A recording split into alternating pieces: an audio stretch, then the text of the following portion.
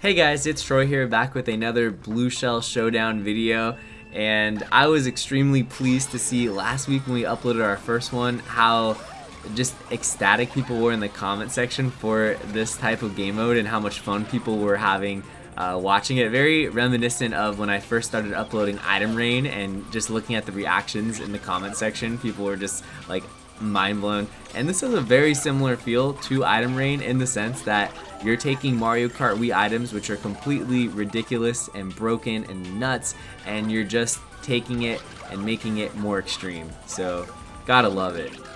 For those of you who missed last week's video, the big differences are the item percentages are changed to make it so powerful items show up more often and blue shells show up a lot. Number 2, all items can land on the ground. And number 3, you can swap out blue shells for mushrooms by using the C stick or the minus button.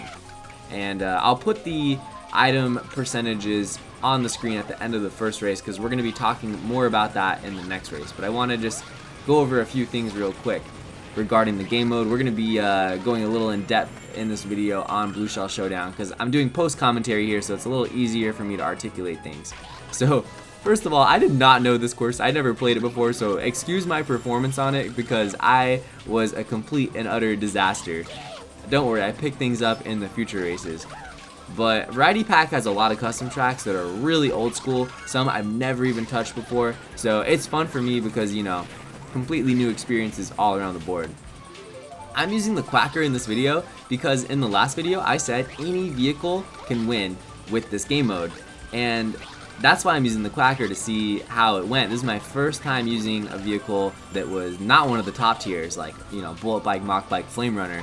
And it went pretty well. The Quacker is 100% viable, and I wouldn't be surprised if every vehicle is viable with this game mode. In fact, if this thing comes out, you know, on Variety Pack and it has some popularity, I plan on doing a series where I try to win one, like a GP with every vehicle playing Blue Shell Showdown, because I think that is the way to do this game mode, is to be using everything and just experiencing it in the truest form of Mario Kart.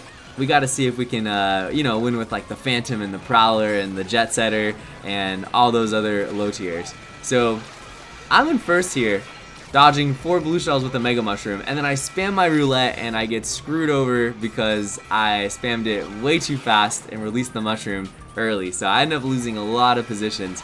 However, I do not think I would have made it to the next set of items before the next blue shell got to me. And I like how every single item you get in first place can help you dodge at least one blue shell. That's really cool. But yeah, mistakes all around in this first race. I was a disaster.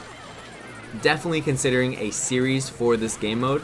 And I want to also do a full-scale knockout tournament, 32 track Nintendo tracks eventually as well. And I'm sure we'll do a Flounder Fest episode at some point with Blue Shell Showdown. But here are the percentages once again. It's out of 200 instead of 100, so you just half the number and then you get the percent for each placement. And I want to talk about how I would alter the item distribution just slightly.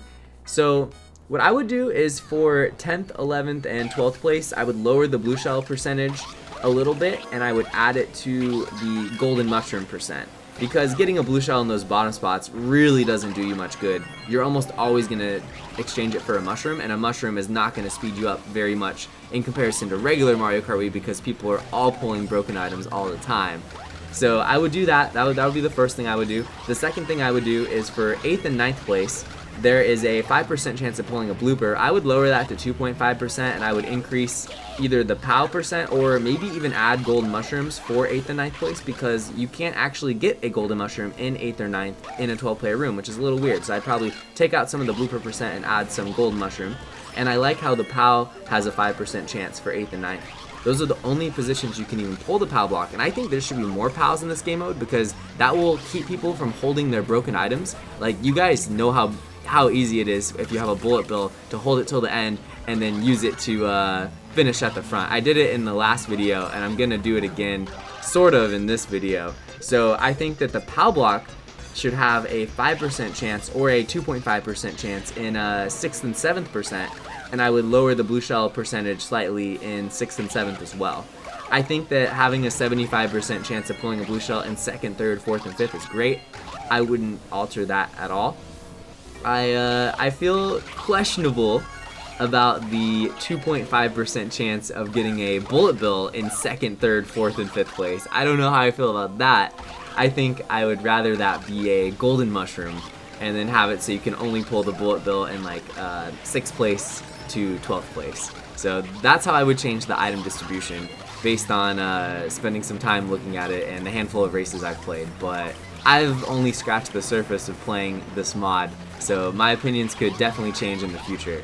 This track right here, I totally missed the startup boost at the beginning. I was not paying attention to the race, so the race started without me, and I didn't think it would matter much, because the thing about this course is when I played it in CTGP, it was a front run track. You know, it doesn't have really many shortcuts you can take to gain time on the people in front, but I didn't think there were any front run tracks in Blue Shell Showdown, and to my surprise, like, I never made it to the front, despite there probably being 20 plus blue shells this race. There's quite a few item sets on this level, and I'm imagining people are dodging a lot of the blue shells, and the other speed items that the other racers are getting are able to keep them all in the front, and I was never able to make it to the front.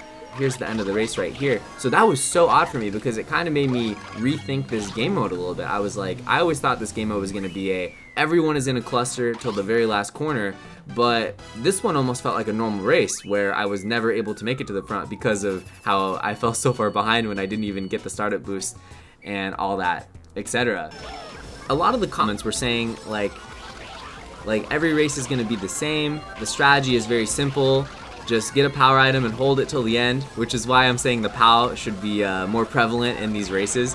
And more importantly, I don't think every race is going to be the same. I think on the more, tech-heavy courses or the longer tracks, the ones that are a little more difficult to drive, I think there will be people that still break away.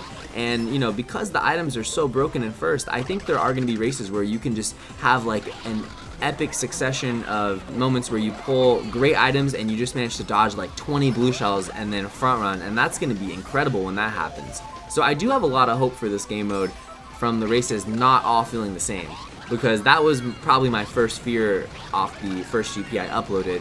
The races did feel very similar. So this third race here is a custom track that I had never played at the time. I really enjoyed this section right here, the invisible cannon shooting through the waterfalls over the yacht, and I'm just kind of trying to figure out the layout in general, but more importantly, I'm actually changed out my blue shell fairy mushroom there. Gotta love that feature. That's my favorite feature, by the way, in this entire mod. But yeah, so anyway, I am spending so much more time thinking about where all the item sets are and memorizing their locations, as opposed to when I normally play custom tracks, which is good because this game mode kind of forces you to pay real close attention to the item sets, because it's a game of timing. You have to figure out when you want a time to go to the front, so you have to know where the item sets are to even be able to successfully strategize. So I'm in first here. It starts out with me getting a shock dodge that I don't want, and then I spam the mushroom that I get from the item, manage to dodge the blue shell. The finish line is in sight, but here come the myriad of blue shells.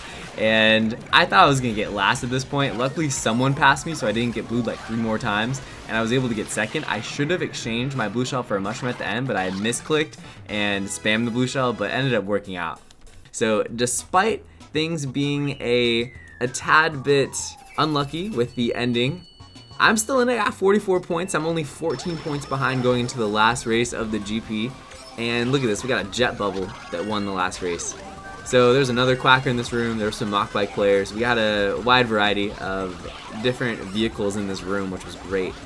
It's going to be really fun for me to track which vehicles win the future GPs of Blue Shell Showdown that we play on this channel, because there's going to be a lot of different vehicles. And this track right here is actually a battle stage in Mario Kart Wii N64 Skyscraper, and it also was in the tournament mode that was pre-Wi-Fi shutdown, if you guys remember.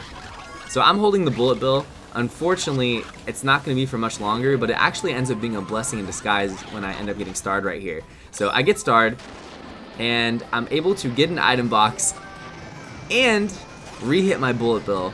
So I end up throwing a blue shell, and then I pull a star, and then the rest is history. So anyway, this is a track where I don't have the layout memorized with the colors, so I really didn't know when the finish line was.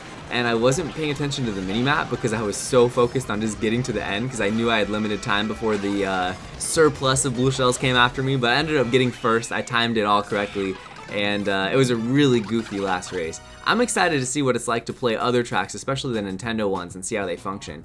But look at this, guys. I end up winning the GP with the Quacker with 69 points. First place.